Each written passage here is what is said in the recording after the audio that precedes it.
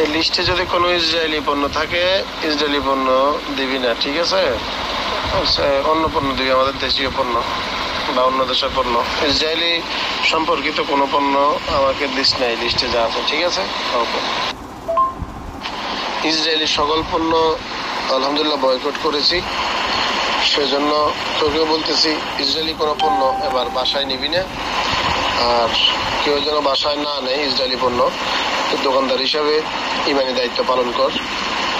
যারা বিভিন্ন ইসরায়েলি পণ্য নিতে চায় দোকানে এসে বলবি যে ভাই এটা ইসরায়েলি পণ্য, এটা সাপোর্টার অন্য পণ্য আছে, ওটা নিয়ে যান, ঠিক আছে?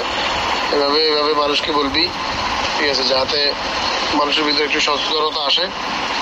এরপর এটা বলার কারণে কিছুটা হলেও কিছুটা মানুষ ইসরায়েলি পণ্য থেকে দূরে সরে থাকবে, ঠিক আছে ছোট ভাই লিজন? ওকে। এবারের কোরবানির ঈদের বাজার হোক ইসরায়েলি পণ্য ব্যতীত।